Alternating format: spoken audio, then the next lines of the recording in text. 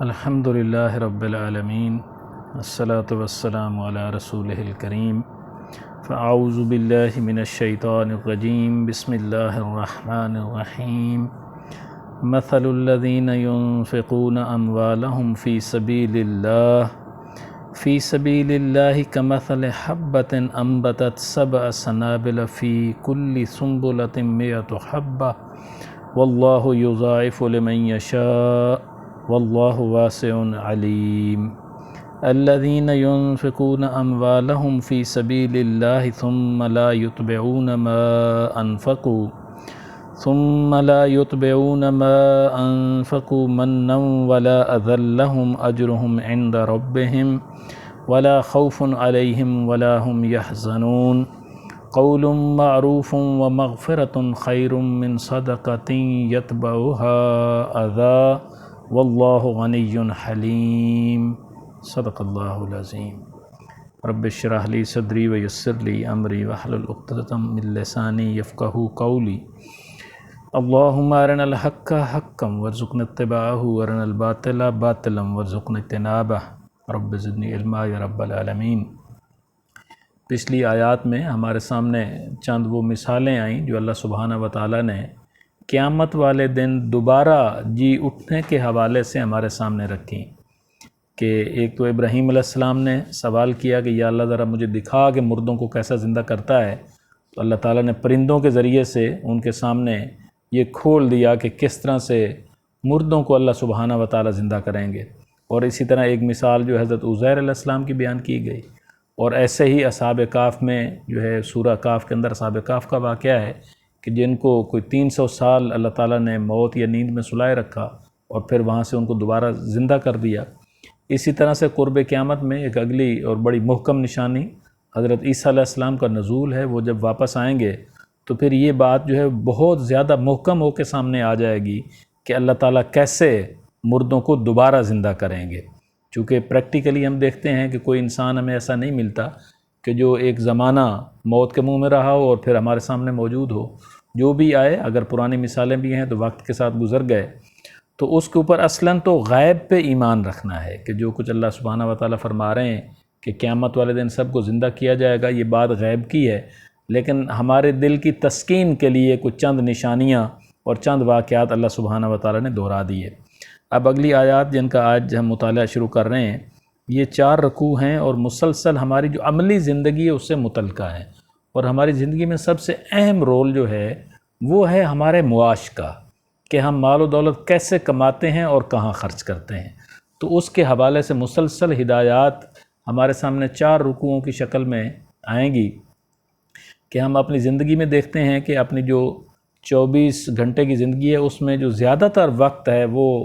Active time ہم اس کے اوپر لگاتے ہیں مال و دولت کمانے میں اور خرچ کرنے میں۔ تو ایک بات ہمارے سامنے ان آیات کی روشنی میں یہ آئے گی کہ قرآن مجید کا فوکس خرچ کرنے پہ زیادہ ہے بنسبت کمانے کے، جبکہ آج کی دنیا جو ہے وہ اس کے اپوزٹ سلوگن آپ کے سامنے رکھتی ہے۔ وہ کہتی ہے کہ کماؤ کماؤ کماؤ، بچت کرو، پھر انویسٹ کرو، کماؤ، اور آگے سے آگے اسی میں بڑھتے چلے جاؤ۔ جبکہ قرآن مجید کے احکامات آپ دیکھیں گے تو قرآن مجید یہ ہمارے سامنے بات لاتا ہے کہ جو رزق ہے، جو مال و دولت ہے، جو باقی نعمتیں ہیں، اللہ سبحانہ و تعالیٰ کی طرف سے خاص رحمت اور فضل سے عطا کی جاتی ہیں۔ چھوٹا موٹا رول ہمیں نظر آتا ہے کہ ہمارے محنت کا ہے اور اس کا ہے، لیکن اصلاً تو اللہ سبحانہ و تعالیٰ ہی عطا کرتے ہیں۔ تو جو زور دیا جاتا ہے وہ خرچ کرنے کے اوپر دیا جاتا ہے۔ تو اللہ تعالیٰ کے راستے میں خرچ کرنے کے لیے 2 مین اس کے جو جز ہیں، ایک تو ہے غریبوں، یتیموں، مسکینوں کے اوپر خرچ کرنا، جس کے اندر جو ہے سب سے پہلا حق یہ ہے کہ زکوٰۃ دی جائے، جو ایک مخصوص حصہ ہے مال میں سے، اور اس کے بعد پھر صدقات نافلہ ہیں کہ جتنا چاہیں غریبوں، یتیموں، مسکینوں، پڑوسیوں، رشتہ داروں پر خرچ کریں۔ اور دوسری اہم ترین مد ایک ہے جو اللہ تعالیٰ کے دین کی سربلندی کے لیے خرچ کرنا، جس کے لیے عام طور پر قرآن مجید نے فی سبیل اللہ کی اصطلاح استعمال کی ہے، یا قرض حسنہ کی اصطلاح بھی استعمال کی ہے۔ تو وہ پہلا حصہ ہم زیادہ تر جانتے ہیں، دوسرا حصہ ہماری نظروں سے اوجھل رہتا ہے۔ جبکہ ہم دیکھتے ہیں کہ صحابہ کرام کی زندگیوں میں جب تک اسلام کا اعلان نہیں ہوا، رسول اللہ صلی اللہ علیہ وسلم اپنی اعلان نبوت سے پہلے والی زندگی میں مسلسل غریبوں، یتیموں، مسکینوں کے اوپر اپنا سارے کا سارا مال جو ہے وہ خرچ کرتے رہے، اور جو ہی اسلام آ گیا تو پھر یہ ساتھ جو ہے یہ دوسری بات داخل ہو گئی کہ اللہ کے دین کی سربلندی کے لیے اس کے لیے خرچ کرنا، اور اس کا بھی بہت بڑا اجر ہے۔ تو یہاں ان رکوعوں کے اندر ہمارے سامنے ہدایات آئیں گی جن میں ان کی فضیلت بھی ہے اور بہترین اجر بھی ہے اور طریقہ کار بھی ہے کہ کیسے خرچ کرنا ہے، نیت اور ارادہ کیا ہو کہ جس کے بدلے میں اللہ سبحانہ وتعالی ہمیں اپنے اس اجر عظیم سے نوازیں۔ تو مثال بیان کی گئی شروع میں، مثل الذین ينفقون اموالهم فی سبیل اللہ، مثال ان لوگوں کی جو اللہ کے راستے میں خرچ کرتے ہیں، کمثل حبہ، تو ان کی مثال ایسے ہے جیسے ایک دانہ ہو، انبتت سبع سنابل فی کل سنبلۃ مئۃ حبہ، اور پھر اس ایک دانے سے 7 بالیاں اگیں اور ہر بالی میں 100 دانے ہوں۔ تو گویا یہ ایک دانے سے 700 دانے بننے کی مثال جو ہے بیان فرما دی کہ کوئی اللہ کے راستے میں ایک چیز خرچ کرتا ہے تو اس کو 700 گنا تک اس کا ثواب ملتا ہے، اور اس سے اوپر واللہ یضاعف لمن یشاء، اللہ بڑھاتا ہے اس سے آگے جس کے لیے وہ چاہتا ہے، واللہ واسع علیم، اور اللہ تعالیٰ بہت وسعت والا، سب کچھ جاننے والا ہے۔ اس کی مثال ہم عملی طور پر بھی دیکھتے ہیں، اگر آپ کو اتفاق ہو آپ گندم کو دیکھیں، گندم کا ایک دانہ جب اگتا ہے تو پھر اس میں سے 7 جو ہیں اسی ایک دانے سے کم از کم یا زیادہ سے زیادہ 7 بالیاں اس میں سے اگتی ہیں، اور وہ سارے کے سارے جو ہے 7 تنے بن جاتے ہیں، اور ہر تنے کے اوپر ایک سٹہ لگتا ہے، اور سٹے میں 100 اس سے زیادہ دانے ہوتے ہیں۔ تو یہ وہ عملی مثال ہے جو ہمارے سامنے ہوتی ہے، جو اللہ کے راستے میں خرچ کیا جاتا ہے اس کو اللہ تعالیٰ اس طرح بڑھا چڑھا کے اس کا اجر جو ہے وہ قیامت والے دن خرچ کرنے والے کو واپس کریں گے۔ اور اللہ تعالیٰ کی قدرت تو بہت وسیع ہے، وہ اس سے بھی آگے بڑھ کر جتنا چاہیں گے اس کو بڑھا کے واپس کریں گے۔ تو بہت بڑی فضیلت ہے اللہ کے راستے میں خرچ کرنے کی، لیکن اس کے ساتھ کچھ ہدایات ہیں، کچھ لیمیٹیشنز ہیں۔ الذین ينفقون اموالهم فی سبیل اللہ، جو لوگ خرچ کرتے ہیں اپنے مال اللہ کے راستے میں، ثم لا یتبعون ما انفقوا منا ولا اذی، پھر وہ اس کا پیچھا نہیں کرتے جو انہوں نے خرچ کیا کوئی احسان جتانے کے لیے یا کوئی تکلیف دینے کے لیے۔ یہ ایک ایسی بیماری ہے کہ آپ نے کہیں خرچ کیا تو پھر دل کرتا ہے کہ جس پر میں نے خرچ کیا وہ میرا اوبلائجڈ رہے، میں جہاں کہیں بھی جاؤں مجھے سلام بھی کرے، میرے کام بھی کرے اور میرے آگے پیچھے بھی پھرے۔ تو وہ ذکر کیا جا رہا ہے کہ اگر آپ نے اس کسی نیت سے خرچ کیا تو وہ تو ضائع ہو گیا۔ تو جو خرچ کرنا ہے وہ اس لیے نہیں کرنا کہ اس کے پیچھے جو ہے کوئی احسان جتلانا مقصود ہو، یا جس کے اوپر خرچ کیا ہے اس کو کوئی باتیں سنانا مقصود ہوں، یا اس کو کوئی بعد میں اذیت دی جائے۔ تو اس کے لیے بڑی اہم ہدایات دی گئیں کہ جو یہ نہیں کرتے اور خالص اللہ کی رضا کے لیے خرچ کرتے ہیں ان کے لیے پھر اسی طرح لہم اجرہم عند ربہم، ان کے لیے ان کے بہترین اجر ان کے پروردگار کے پاس ہیں، ولا خوف علیہم ولا ہم یحزنون، نہ ہی انہیں اس پر کوئی خوف ہوگا اور نہ وہ غمگین ہوں گے۔ یعنی جو مال خرچ کرتے ہیں لیکن اس کے بعد اس کو جتلاتے نہیں ہیں، کسی اذیت کا شکار نہیں کرتے، یا جن کے اوپر خرچ کیا اللہ کی خاطر ان سے کوئی ریوارڈ نہیں چاہتے، تو ان کو یہ بہترین اجر سے نوازا جائے گا۔ قول معروف و مغفرہ،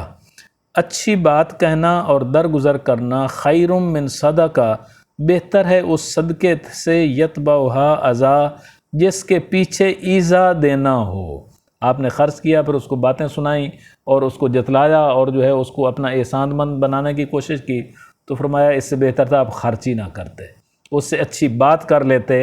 اور اچھا درگزر سے اس سے کام کر لیتے، اور جو ہے وہ زبان سے ہی اس کے ساتھ اچھا سلوک کر لیتے، وہ کہیں بہتر تھا کہ آپ نے تو خرچ کر کے اس کو تکلیف جو دی ہے تو وہ سارا مال بھی ضائع ہو گیا اور اس کے اوپر جو ہے وہ ہو گیا۔ یہ ہم دیکھتے ہیں کہ ہمارے ہاں اس چیز کا بڑا فقدان ہے۔ اوپر سے بات شروع ہوتی ہے، حکمرانوں کو آپ دیکھ لیں کہ وہ ذرا سا اپنی جیب سے نہیں خرچ کرتے، سرکار کے خزانے سے خرچ کریں گے، کہیں جو ہے پبلک کی ڈیولپمنٹ کے لیے خرچ کر لیا تو پھر اس کو سینکڑوں دفعہ دہرایا جائے گا، یاد کرایا جائے گا، یہ میں نے آپ لوگوں کو لیے یہ کام کیا، یہ میں نے خرچ کرایا ہے، یہ میں نے یہ کیا ہے وہ کیا ہے۔ تو اس کی نفی کی جا رہی ہے کہ جو خرچ کرنا ہے خالص اللہ کی رضا کے لیے ہو، اس کے پیچھے کوئی دکھلاوا نہ ہو اور کوئی احسان جتلانا نہ ہو اور پیچھے کوئی اذیت دینا مقصود نہ ہو۔ اگر وہ چیزیں ہیں تو پھر بہتر تھا کہ اس سے اچھی بات ہی کر لیتے اور یہ خرچ نہ بھی کرتے۔ واللہ غنی حلیم، اور اللہ تعالیٰ بے نیاز ہے اور بہت بردبار ہے، حلیم ہے۔ یا ایھا الذین آمنوا، اے وہ لوگو جو ایمان لائے ہو، لا تبطلوا صدقاتکم بالمن والاذی، نہ ضائع کرو اپنے صدقات احسان جتلا کر یا تکلیف دے کر۔ وہی بات دوبارہ دہرائی کہ اگر آپ خرچ کرنے کے بعد ایذا دیتے ہیں یا احسان جتلاتے ہیں تو وہ ضائع ہو گیا۔ تو اس لیے اپنے صدقات کو اس طرح اس کے پیچھے جو ہے وہ اس طرح کا رویہ اختیار کر کے ان کو ضائع مت کرو۔ اس کی مثال بھی بیان فرمائی، کالذی ینفق مالہ رئاء الناس، اس شخص کی مثال ایسے ہے، اس کی طرح سے ہے جو خرچ کرتا ہے اپنا مال لوگوں کو دکھلاوے کے لیے۔ ولا یؤمن باللہ والیوم الآخر، اور نہیں وہ ایمان رکھتا اللہ پر اور نہ ہی یوم آخرت پر۔ یعنی جو دکھلاوے کے لیے خرچ کرتا ہے گویا اس کا اللہ اور آخرت پر کوئی ایمان نہیں ہے۔ ہم جانتے ہیں کہ جو بھی نیک اعمال کیے جاتے ہیں وہ اللہ کی رضا کے لیے، اللہ کے احکامات کی سربلندی کے لیے خرچ کیے جاتے ہیں۔ چہ جائے کہ ہم کوئی ایسا کام کریں کہ جس میں اپنی پروجیکشن انوالو ہو جائے تو وہ گویا اللہ تعالیٰ کے مقابلے میں اپنی ذات کو کھڑے کرنے والی بات ہے، تو یہ کام وہی کرے گا جس کو اللہ اور آخرت پر ایمان نہیں ہے۔ تو گویا یہاں فرمایا گیا کہ وہ لوگ جو اپنے مالوں کو لوگوں کے دکھلاوے کے لیے خرچ کرتے ہیں وہ نہ اللہ پر ایمان رکھتے ہیں نہ آخرت پر، تو ان کی مثال ایسے ہے فَمَثَلُهُ كَمَثَلِ صَفْوَانٍ، ان کی مثال ایسے ہے جیسے مثال ہو ایک چکنے پتھر کی، علیہ تراب، جس پر تھوڑی مٹی پڑی ہو، فَأَصَابَهُ وَابِلٌ، اور پھر اس پر تیز بارش ہو جائے، فَتَرَكَهُ صَلْدًا، تو وہ اسے بالکل صاف کر کے چھوڑ دے۔ یعنی ایک چٹان ہے پتھر کی بنی ہوئی ہے، اس کے اوپر کہیں تھوڑی بہت مٹی آ گئی، آپ نے جو اس کے اوپر بیج ڈال دیے اور جو ہے کچھ پودے اگنا بھی شروع ہو گئے، تیز کی بارش ہوئی، وہ مٹی بھی گئی اور اس کے اوپر جو کچھ آپ نے خرچ کیا تھا وہ بھی سارا گیا، اور وہ چٹیل پتھر نیچے سے نکل آیا، سب کچھ ضائع ہو گیا۔ یہ اس کی مثال ہے جس نے لوگوں کو دکھلانے کے لیے خرچ کیا، تو وہ گویا خرچ بھی ہو گیا، مال بھی چلا گیا، لیکن اس کے نامہ اعمال میں کوئی چیز داخل نہیں ہوئی، چونکہ جو اس کا خرچ کرنے کی نیت اور ارادہ تھا وہ اپنی ذات تھی، اپنی سیلف پروٹیکشن تھی، لوگوں کو پروجیکشن تھی اور لوگوں کو دکھلانا مطلوب تھا۔ یعنی ہمیں یہ دیکھنا ہے کہ عام طور پر رسومات کے لیے اور ان چیزوں کے لیے جو ہم خرچ کرتے ہیں کس لیے کرتے ہیں، دکھلاوے سے بچنا، اور خاص طور پر وہ نیکی کا عمل جو دکھلاوے کے لیے کیا جائے وہ تو بالکل شرک بن جاتا ہے۔ لا یقدرون علی شیء مما کسبوا، تو وہ نہیں قدرت رکھتے اس کے اوپر کہ جو کچھ انہوں نے کمائی کی، یعنی جس کا مال ہے اور اس نے دکھلاوے کے لیے خرچ کیا تو وہ اس چٹان کی مٹی کی طرح وہ اتر کے چلا گیا، تو ان کو اس کے اوپر کوئی کنٹرول نہیں، کوئی اس کا اجر نہیں، کوئی بدلہ نہیں، جو کچھ انہوں نے خرچ کیا تھا وہ سب ضائع ہو گیا۔ واللہ لا یہدی القوم الکافرین، اللہ تعالیٰ ایسے کافر لوگوں کو ہدایت نہیں دیتا۔ یعنی جو اپنے مال اپنی سیلف پروجیکشن کے لیے یا دکھلاوے کے لیے خرچ کرتے ہیں تو یہ ان کافروں میں سے ہیں جن کا پیچھے ذکر ہوا کہ ان کا اللہ پر آخرت پر ایمان نہیں ہے، تو یہ لوگ ہدایت بھی نہیں پاتے۔ اس کے مقابلے میں جو مطلوب ہے خرچ کرنا، آگے اس کی مثال بیان فرمائی، وَمَثَلُ الَّذِينَ يُنْفِقُونَ أَمْوَالَهُمُ ابْتِغَاءَ مَرْضَاتِ اللَّهِ، اور مثال ان لوگوں کی جو خرچ کرتے ہیں اپنے مال اللہ کی رضا حاصل کرنے کے لیے، اس کی خوشنودی حاصل کرنے کے لیے، وَتَثْبِيتًا مِّنْ أَنفُسِهِمْ، اور اپنے دل جمعی کے لیے، اپنے یقین کے لیے، ان کی مثال کیسے ہے، کَمَثَلِ جَنَّةٍ بِرَبْوَةٍ، تو ان کی مثال ایک ایسی ہے جیسے کہ ایک بلندی پر ایک باغ واقع ہو، اصابہا وابل، اور اس پر پڑے تیز بارش، فآتت اکلہا ضعفین، تو وہ پھل دے 2 گنا، فإن لم یصبھا وابل، اور اگر اس پر تیز بارش نہ بھی پڑے، فتل، تو اس کو پھوار ہی کافی ہو جائے۔ یعنی ایک تو وہ تھی چٹان جس کے نیچے جو ہے وہ سخت پتھر تھا، اوپر تھوڑی مٹی آپ کو نظر آئی، آپ نے اس کے اوپر بیج ڈالے، بارش تیز برسی، وہ بیج بھی لے گئی، انویسٹمنٹ بھی لے گئی، اور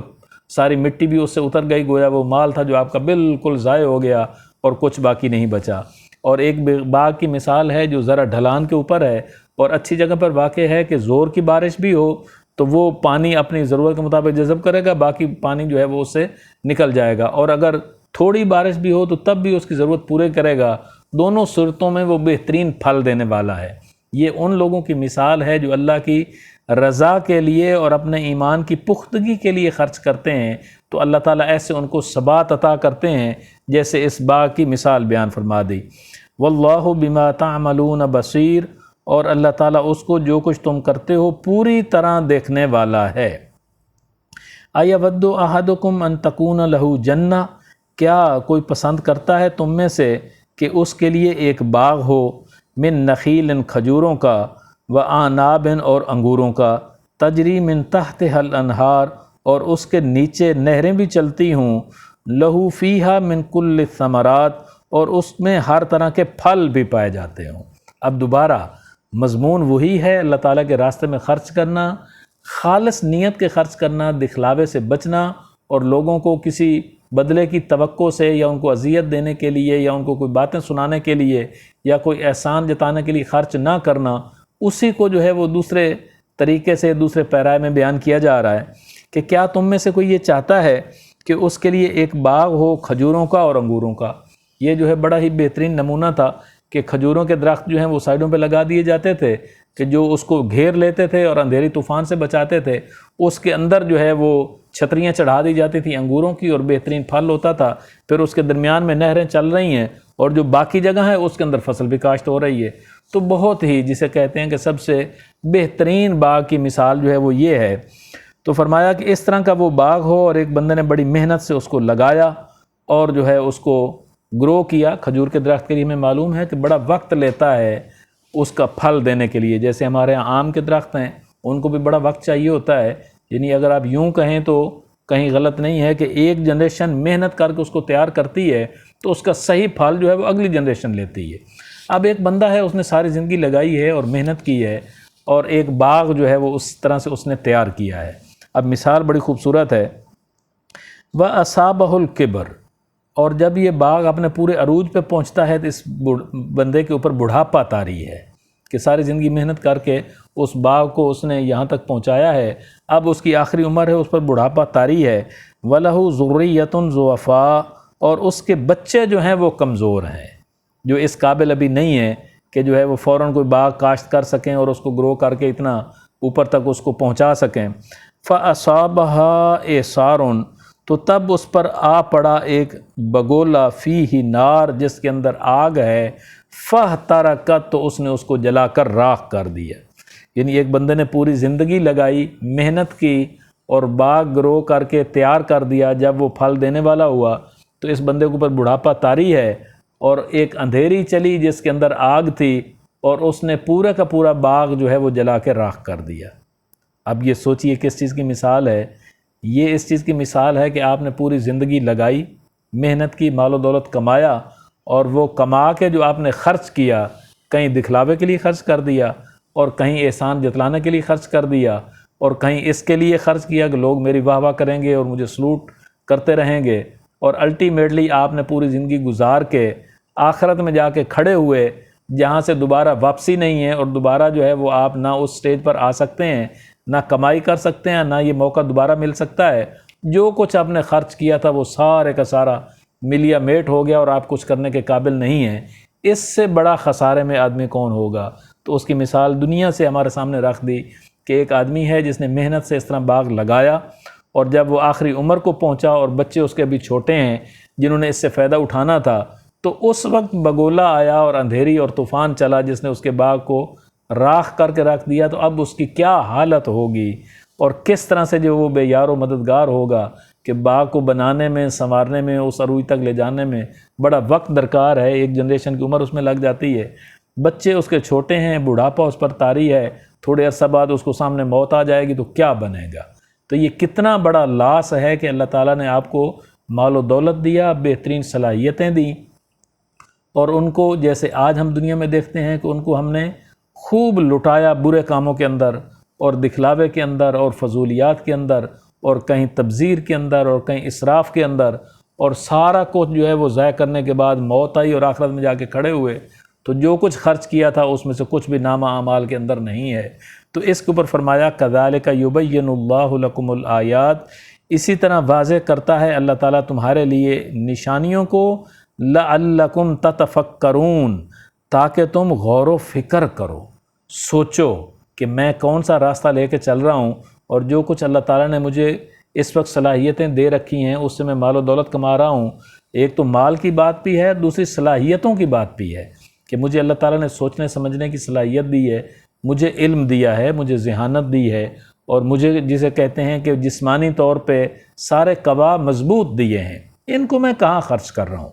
اگر میں نے ان کو اسی طرح کی فضولیات کے لیے اور اس طرح کے معاملات کے لیے خرچ کر دیا تو یہ وقت تو بڑی تیزی سے نکل جاتا ہے۔ یعنی ہماری عمر میں بالکل ایسے جو ہے وہ پتہ نہیں چلتا کہ کب وہ جوانی آئی اور کب گزر گئی اور ہماری عمر میں بڑھاپے میں جا پہنچے، تو پھر بندہ سوچتا ہے کہ میں نے کیا کیا؟ میں تو ساری زندگی جو ہے وہ لگائی مال و دولت کمانے میں، تو وہ مال و دولت میں نے خرچ کہاں کر دیا؟ چاہیے تو یہ تھا کہ جو اللہ سبحانہ و تعالیٰ نے مجھے صلاحیتیں دی تھیں میں ان کو اللہ کے دین کی خاطر لگاتا، اللہ تعالیٰ کے دین کو سمجھتا، قرآن مجید کو سمجھتا، محنت کرتا اور اس کو لگاتا، تو آج میرا کریڈٹ کہاں ہوتا؟ جو کچھ مال و دولت میں نے کمایا وہ اپنی سیلف پروجیکشن کے لیے، کوئی شادی بیاہوں کے لیے اور ادھر ادھر کے معاملات کے لیے جہاں ضرورت نہیں تھی وہ خرچ کرا کے بڑھاپے کو پہنچ گئے۔ اب دوبارہ کچھ کرنے کی صلاحیت نہیں ہے، سامنے موت ہے اور اس سے گزر کے جب اللہ کے حضور پیش ہوں گے تو اس وقت کوئی چیز جو ہے وہ کام آنے والی نہیں ہوگی۔ تو یہ اسی طرح کا ایک رکوع جو ہے وہ آگے بھی ہے جس میں انہی چیزوں کو دہرایا جا رہا ہے۔ تو اس کا دوبارہ سامنے رکھ لیجئے کہ اللہ کے راستے میں خرچ کرنا، جس میں غریبوں، یتیموں، مسکینوں، رشتہ داروں، پڑوسیوں کے لیے، اور دوسرا اللہ تعالیٰ کے دین کی سربلندی کے لیے خرچ کرنا۔ آج دین جو ہے، اسلام جو ہے، وہ سب سے زیادہ یتیم اور مسکین ہے۔ ہر آدمی مسلمان بھی ہے تو وہ اپنے معاملات کو درست کرنے میں، اپنے بہترین گھر بنانے میں، اپنی سواریاں سیدھی کرنے میں، اپنے دوسرے معاملات کو ٹھیک کرنے میں لگا ہوا ہے۔ اللہ کا دین گرا پڑا ہے اور روز بروز جو ہے اس کے اندر اور تنزلی آتی چلی جا رہی ہے۔ ہم میں سے کون لوگ ہیں جو آگے بڑھیں گے اور اس دین کے اوپر اپنے مال کو، اپنی توانائیوں کو، اپنے اوقات کو خرچ کریں گے اور اللہ تعالیٰ دین کو اسی طرح اٹھائیں گے جیسے رسول اللہ صلی اللہ علیہ وسلم نے اور صحابہ کرام نے اپنے اس دین کو بلند کیا اور نظام عدل اجتماعی ہمارے سامنے قائم کر کے دکھا دیا۔ تو یہ وہ مدعات ہیں جن کے اوپر خرچ کرنا ہے، مال و دولت بھی اور اپنی صلاحیتوں کو بھی، اور اس کے بعد خالص نیت کے ساتھ کہ اللہ تعالیٰ سے اجر حاصل کرنے کی خالص نیت، اللہ کی رضا کے لیے، نہ کہ کسی دکھلاوے کے لیے، نہ کسی کے اوپر احسان جتلانے کے لیے۔ تو یہ بنیادی مضمون ہے جو اس میں انشاءاللہ آگے بھی ہمارے ساتھ چلتا رہے گا۔ اللہ تعالیٰ سے دعا ہے جو آیات ہم نے پڑھی ہیں ان کو سمجھنے کی اور عمل کرنے کی توفیق عطا فرمائے۔ اقول قولی ھذا واستغفر اللہ لی ولکم ولسائر المسلمین والمسلمات۔ جزاکم اللہ خیر۔